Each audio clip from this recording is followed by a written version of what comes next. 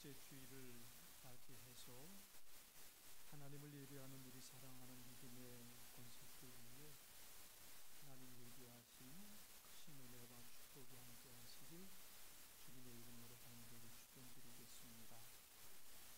오늘 우리는 요한복음 4장에 있는 말씀을 함께 보았는데 오늘 본문의 말씀뿐만 아니라 복음서에 나오는 예수님의 일상생활을 살펴보면 우리 예수님은 매우 바쁘게 매우 분주하게 이렇게 사셨던 분임을 볼 수가 있습니다. 마가복음의 말씀을 보니까 예수님의 하루 일과를 이렇게 기록하고 있는데 이른 아침, 그러니까 5시에서 6시경입니다.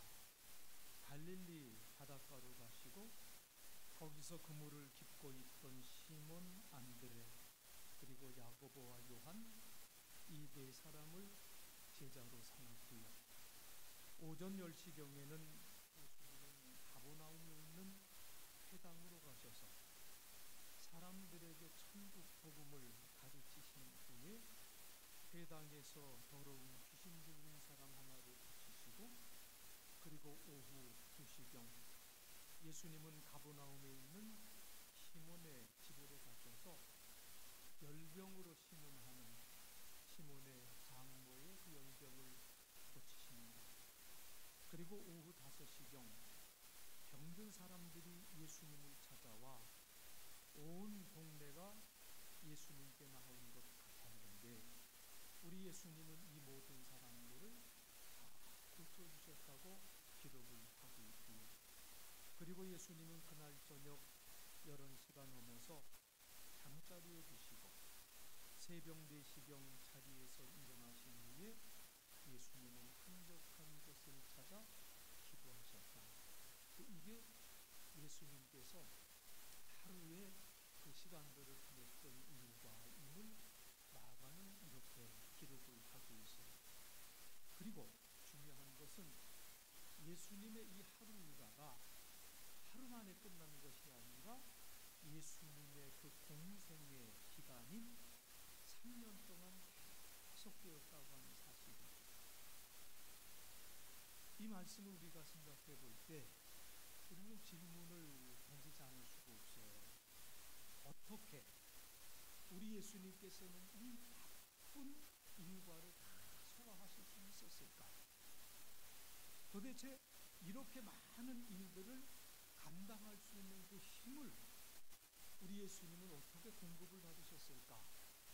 이런 질문이죠.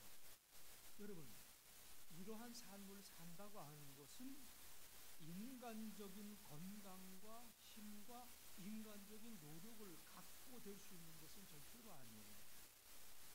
그것을 가능하게 하는 또 다른 힘이 있어야 되는데 그것을 두고 영적인 힘 또는 영성이 뒷받침될 때 가능하다고 하는 것을 우리는 알아야 됩니다.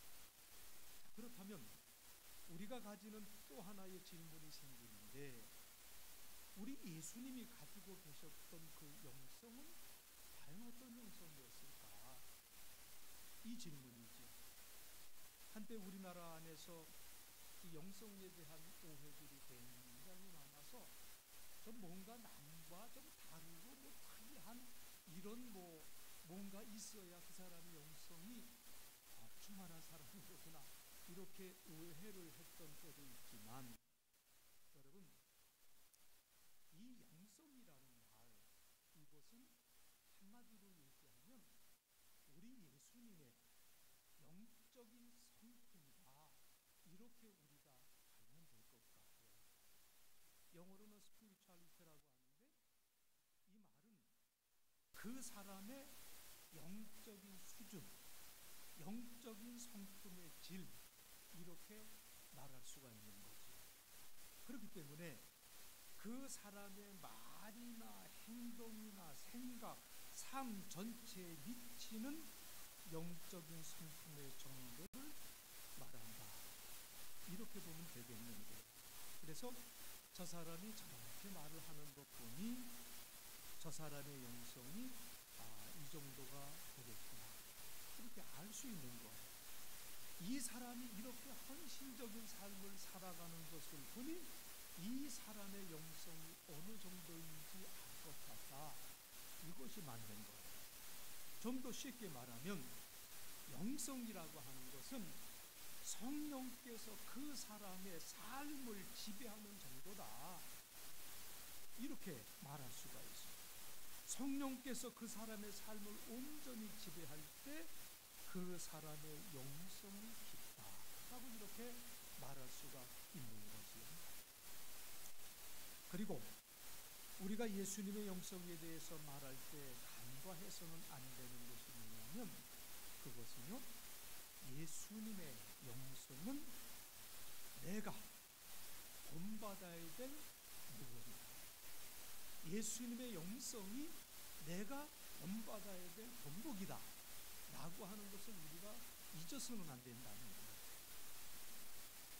예수님께서는 이렇게 영성을 개발하셨고, 예수님의 영성에 있어서 특이한 점은 이런 거로구나, 우리 예수님의 영성을 내 삶 속에서 이렇게 적용하면 되겠구나, 이런 생각을 가지고 예수님의 영성을 우리는 성경 안에서 발견하는 거예요.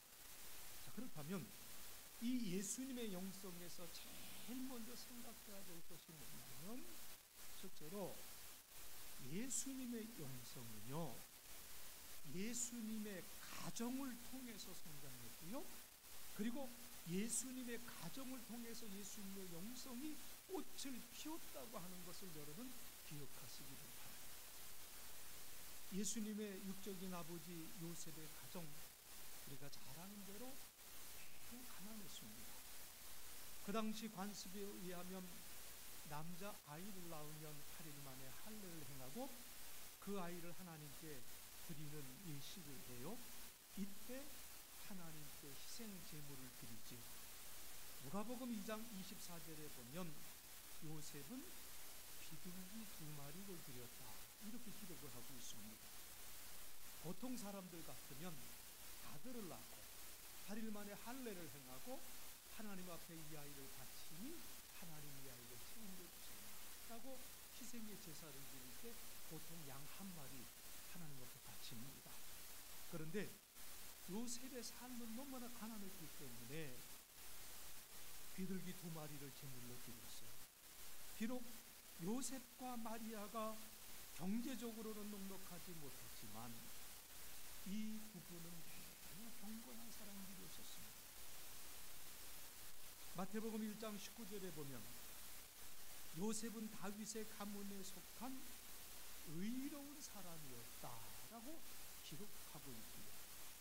마리아 역시 제사장 집안인 레위 가문에 품행이 바르고 매우 순종적인 여자였습니다. 요셉과 마리아는 전형적인 유대인 가정으로 유대교의 율법을 충실히 지켰던 삶을 살았던 사람들이죠. 그리고 예수님이 12살이 되었을 때 부모는 예수님을 데리고 예루살렘으로 갑니다.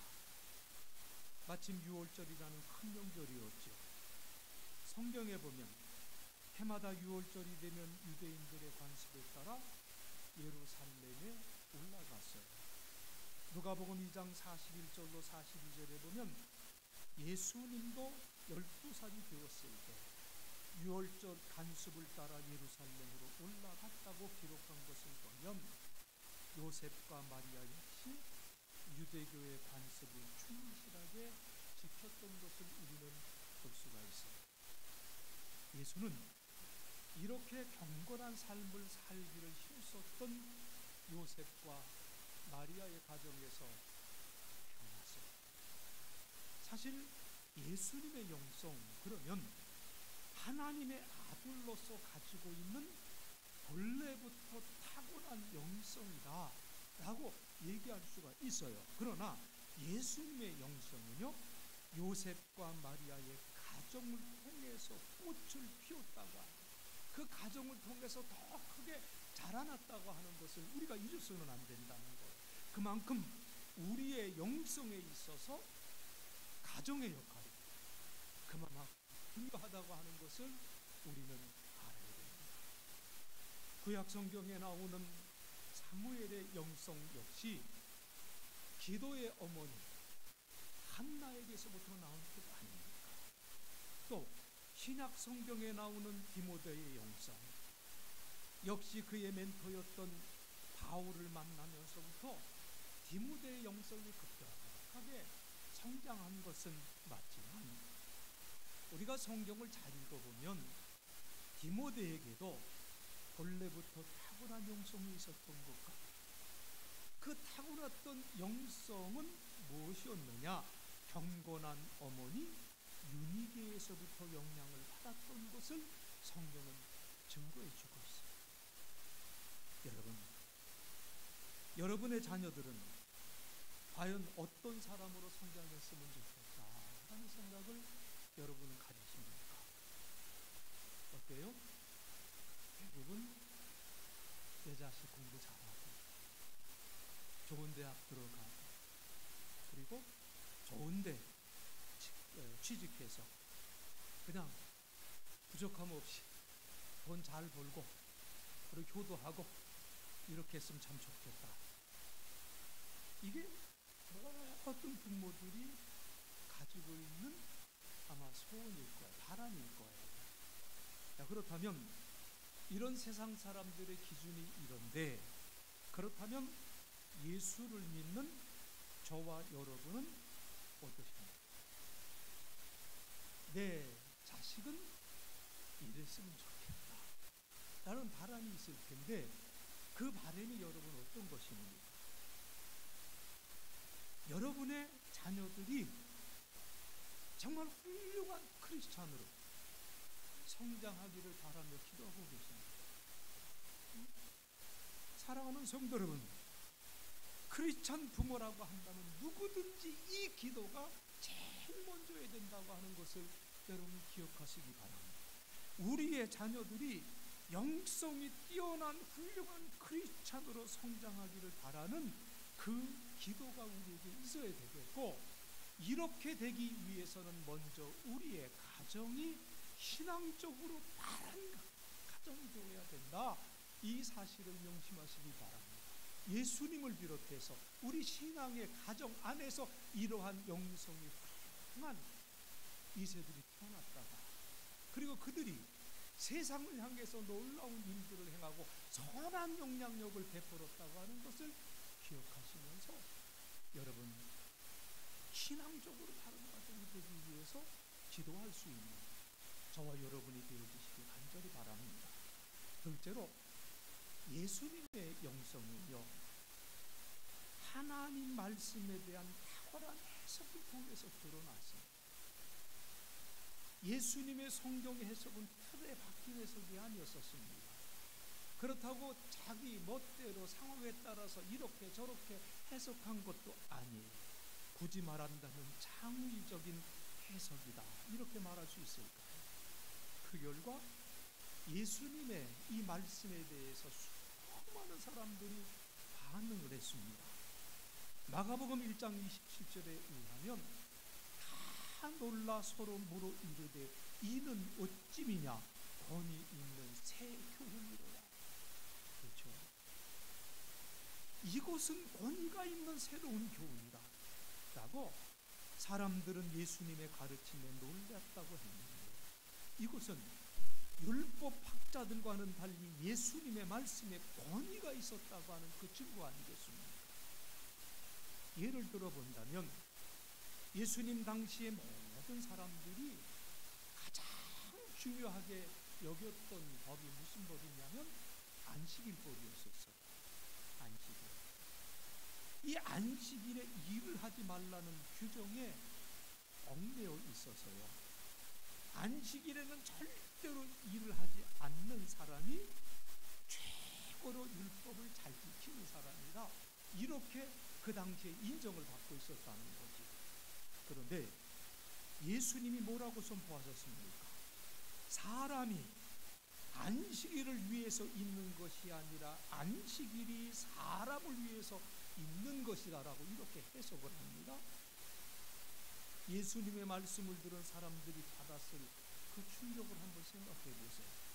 여러분, 이 당시에 예수님께서 이렇게 말씀하신 것은요, 지동설을 주장했던 코페르니쿠스적인 혁명과도 같은 말씀이었다. 그 당시에는 이건 굉장히 혁명적인 말씀이었어요. 어떻게 율법에 대한 이런 해석이 가능했을까? 모든 사람들이 이 일을 해서는 안 된다는 이 안식일의 규정을 지키기 위해서 안절부절 못하고 있을 때 어떻게 예수님은 안식일이 사람을 위해서 있다는 해석을 할 수가 있었을까요? 저는요, 예수님께서 이런 해석을 할 수 있었던 것은 하나님을 아는, 하나님을 깨닫는 그 올바른 지식이 예수님께 있었기 때문에 이런 해석이 가능할 수가 있었다는 거예요. 하나님께서 우리에게 율법, 우리에게 말씀을 주신 것은 우리의 유익을 위해서 주신 것 아니겠습니까? 이것은 하나님은 선하시고 인자하시고 자비로우시다는 성경 말씀과도 일치하는 거예요. 하나님은 우리가 지킬 수 없는 율법을 주시고 그 율법을 어기는 사람을 심판하시는 하나님이 아니에요. 그러므로 안식일에 죽어가는 사람을 살려는 것은 안식일법을 어기는 것이 아니라는 거예요. 누가복음 6장 9절에 보면 예수님께서 그들에게 이르시되 내가 너희에게 묻노니 안식일에 선을 행하는 것과 악을 행하는 것, 생명을 구하는 것과 죽이는 것 어느 것이 옳으냐 하시며 라고 이렇게 묻습니다. 사람의 생명을 구하는 일은 안식일이라 할지라도 중단해서는 안 된다. 이것이 예수님의 성경 해석이에요. 우리가 하나님을 아는 이 올바른 지식이 그렇게 중요하다고 말하는 이유가 여기에 있습니다. 하나님을 아는 이 올바른 지식, 바로 하나님의 말씀을 올바로 해석하는 열쇠가 된다는 거죠. 하나님은 어떤 분이신가? 그리고 하나님은 왜 우리에게 이런 말씀을 주셨을까? 생각해보고 질문하는 것이 그 말씀을 올바로 해석하는 첫걸음이 될 수 있다고 하는 거예요. 여기서 올바른 영성이 회복될 수 있다. 내가 올바른 영성을 갖기 위해서 가정의 중요성을 인식하고 하나님을 알아가는 그 바른 지식을 갖기 위해서 내게 주어진 그 하나님의 말씀이 나에게 무엇을 의미하고 있고 나로 하여금 어떤 결단을 요구하고 있는가를 잘 기억하며 애쓰며 살아가는 그것이 우리의 영성을 회복시켜 나가는 길이라고 하는 것을 잊지 마시길 간절히 바랍니다. 셋째로 우리 예수님의 영성은 구체적인 삶을 통해서 나타나셨다는 거죠. 그의 말씀과 행동으로 예수님의 영성이 나타났어요. 오늘 읽은 요한복음 4장 34절을 보면 예수님이 나의 음식은 나를 보내신 분의 뜻을 행하며 그의 일을 온전히 이루는 이것입니다. 이렇게 말씀을 했습니다. 여기서 나를 보내신 분의 뜻, 하나님의 뜻을 말씀하셨는데 예수님에게 있어서 하나님의 뜻이라고 하는 것, the will of God이라고 하는 이 하나님의 그 뜻이라고 하는 것은 절대적인 것이었어요. 사실 예수님에게 하나님의 뜻이라고 한다면 그것은 반드시 수행해야 하는 사명이었지만 반드시 예수님은 수행해야 되는 사명이었지만 인간적인 생각으로 보면 이것은요 미션 임파서블입니다. 인간적인 생각으로 보면 이거는 불가능한 사명입니다. 그렇기 때문에 예수님에게 있어서 주어진 사명, 즉 하나님의 뜻은 어떤 희생과 대가를 치르더라도 반드시 해야 할 일이었다는 거죠. 그렇기 때문에 예수님은 이 하나님의 뜻을 수행하기 위해서 십자가를 지셨다고 했습니다. 이후에 우리는 그 사랑을 믿고 따르면 되는 것 아닙니까? 바울은 이 사실을 빌립보서 2장 8절 말씀에 사람의 모양으로 나타나사 자기를 낮추시고 죽기까지 복종하셨으니 곧 십자가에 죽으십니다, 이렇게 말씀드렸습니다. 예수님은 이 땅에 계시는 동안 스스로 낮은 자가 되셔서 하나님께 순종하셨고 자기 목숨을 버려 십자가에 달려 돌아가시기까지 하나님의 말씀을 따르셨다고 증거해주고 있습니다. 그러면 예수님에게 있어서 하나님의 뜻, 그 하나님의 뜻이 무엇이길래 당신의 목숨까지 바쳐서 수행해야 하는 것이었을까? 요한복음 6장 40절에 보면 여기서 하나님의 뜻은 이거다 라고 예수님이 직접 말씀합니다. 요한복음 6장 40절에서 아들을 보고 믿는 자마다 영생을 얻는 이것이 내 아버지의 뜻, 하나님의 뜻이 뭐냐? 아들을 보고 믿는 자마다 영생을 얻는 것이 하나님의 뜻이라고 말씀을 했어요. 우리 예수님은 바로 이 일을 위해서 자기의 생명까지 바치셨다고 하는 말씀이지. 이 같은 영생, 바로 하나님의 성령이 그 사람을 통해서 어떻게 흘러나오느냐, 이게 참된 영성이라는 거예요. 그래서 영성이 깊은 사람은 그 사람의 말과 행동에서 그것이 느껴져요. 그러나 반대로 영성이 얕은 사람은 그렇지 않습니다. 우리가 본문 말씀에서 확인할 수 있는 것은 우리 예수님의 영성은 한 가지 일에 초점을 맞추고 있었다는 사실이죠. 그 한 가지 사실이 뭡니까? 인간을 구원하는 일입니다. 인간을 구원하는, 예수님의 말씀 해석 능력이 탁월했다고 했어요. 예수님께서 판에 박히지 않고 틀에 얽매이지 않고 말씀을 전하셨던 이유가 어디에 있었습니까? 바로 인간을 구원하는 데 있었다는 말씀이에요. 예수님의 영성은 기도 생활을 통해서도 드러나지요. 예수님은 기도를 통해서 하나님 아버지와 깊은 교제를 나누셨어요. 예수님께서 이렇게 기도에 전념했던 이유와 그 목적이 무엇이었느냐? 인간을 구원하는 데 있었다고 하는 사실이에요. 예수님은 한 사람을 천하보다 더 귀하게 여기신 하나님 아버지의 마음을 이렇게 가르쳤습니다. 누가복음 15장 7절에 이와 같이 죄인 한 사람이 회개하여 하늘에서 회개할 것이 없는 의인 99으로 말미암아 기뻐하는 것보다 더하리라 하는 얘기죠. 기도를 많이 하는 분들이 있습니다. 저는 예전에 이렇게 자랑하는 분의 얘기도 들어본 적이 있어요. 목사님, 저는요 은혜가 너무 충만해서 밥도 안 먹고요 하루 종일 기도한 적도 있어요. 대단한 기도 생활.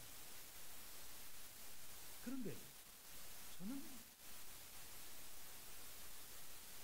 무엇이 가장 먼저 생각이 되느냐, 판단감은 좀 안 됐지만 그 사람의 모습을 보면서 그렇게 기도 생활을 열심히 방언도 하고 입신도 하고 심하면 진동도 하고 그 자신은 굉장히 영적인 사람이라고 이렇게 자랑을 하고 있는데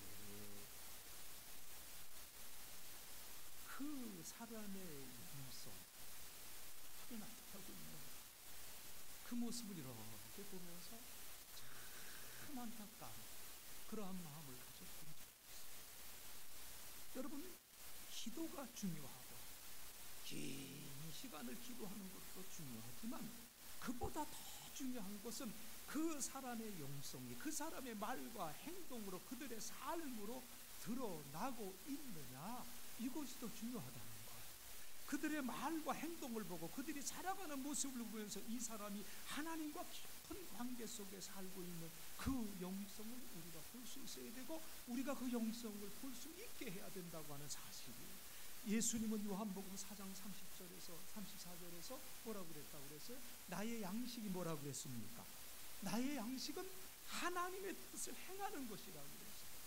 이 말을 거꾸로 말하면 하나님의 뜻을 행하는 것이 곧 뭐가 되는 거예요? 나의 양식이 되는 거예요. 하나님의 뜻을 행하는 것이 나의 양식이다. 이 말씀을 NLT 성경에 보니까 하나님의 뜻을 행하고 하나님의 일을 완수하는 것이 나의 양식이다, 이렇게 표현을 했어요.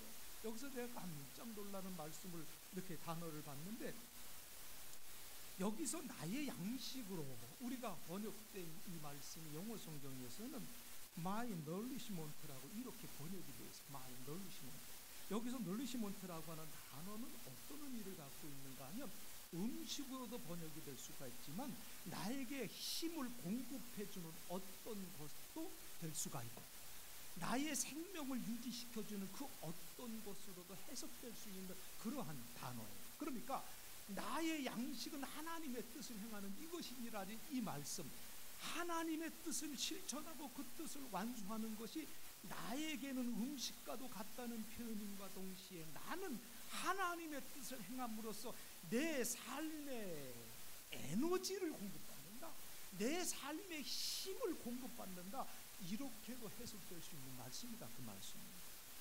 오늘 우리가 본문의 말씀을 통해서 예수님이 보여주신 이 참된 영성이 어떤 것인가 깨달아야 됩니다. 그런데 역사적으로 보면 예수님 이전 선지자 이사야를 통해서도 우리 주님은 이런 영성을, 하나님은 이런 영성을 가르쳐 주었어요. 이사야서 58장 6절로 7절에 보면 내가 기뻐하는 금식은 흉악의 결박을 풀어주며 멍에의 줄을 끌어주며 압제당하는 자를 자유하게 하며 모든 멍에를 꺾는 것이 아니겠느냐. 또 줄인 자에게 내 양식을 나누어 주며 유리하는 빈민을 집에 들이며 헐벗은 자를 보며 입히고 내 고륙을 피하여 내 스스로 숨지 아니하는 것이 아니겠느냐. 오래전부터 금식이라고 하는 것이 영성을 드러내는 전통적인 하나의 방식이었었습니다. 그런데 하나님의 기뻐하신 참된 영성은 단순히 밥을 먹지 않는 극기 훈련으로 끝나는 것이 아니라고 하는 것을 이사야 선지자를 통해서 이미 그 오래전에 하나님은 밝히셨다는 거예요. 요한복음 1장 14절에 의하면 우리 예수님은 말씀이 육신이 되신 분이에요. 예수님의 제자 요한은 뭐라고 고백했냐면 말씀이 육신이 되어 우리 가운데 거하신다라고 고백을 했습니다.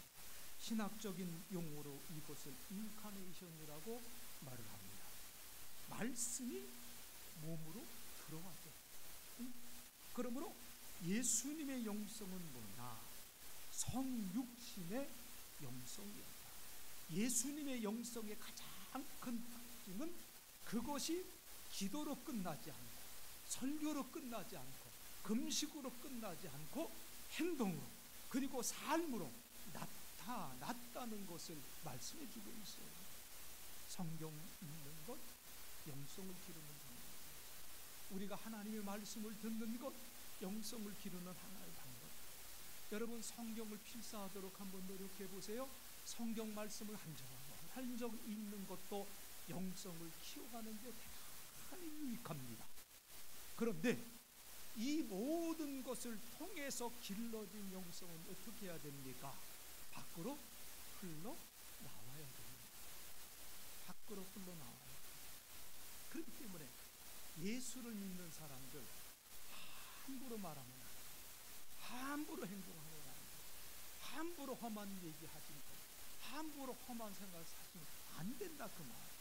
여러분 예수님의 영성, 우리가 배워야 할 영성, 그리고 이 영성이 오늘 우리에게 있어야 될 줄로 믿습니다.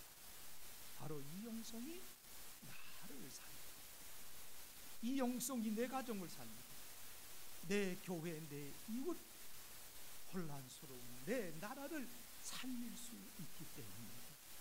바로 행동하는 용성, 삶의 현장에서 열매 맺어지는 예수님의 용성으로 여러분들이 승리하시고 날마다 새로워지시기를 주님의 이름으로 간절히 축원드리겠습니다. 기도하시겠습니다. 하나님, 오늘 이 시간 우리 예수님의 영성에 대해서 함께 생각하면서 그 영성이 오늘 우리가 배워야 될 영성이니 또 우리의 삶 속에 실현되어야 될 영성임을 다시 한번 깨닫습니다.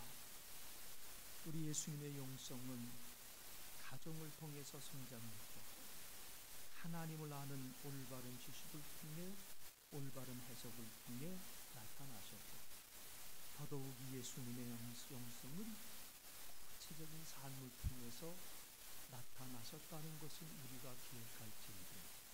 주여, 오늘 우리의 가정이 주님을 온전히 의지하고 선분에 따르는 가정이 되게 도와주시고 하나님의 그 말씀을 오늘을 살아가는 내게 주신 하나님의 말씀을 기억하며 그 말씀이 내게 주는 의미가 무엇인가를 기억하고 고민하고 애쓰면서 나의 삶 속에서 구체적으로 나타나게 하시고 열매 맺을 수 있도록 하나님 도와주셔서 그 아름다운 주님의 영성이 오늘 내 삶을 통하여 증거되어 많은 영혼들이 살아나는 놀라운 역사가 일어날 수 있도록 하나님 지켜 주옵소서.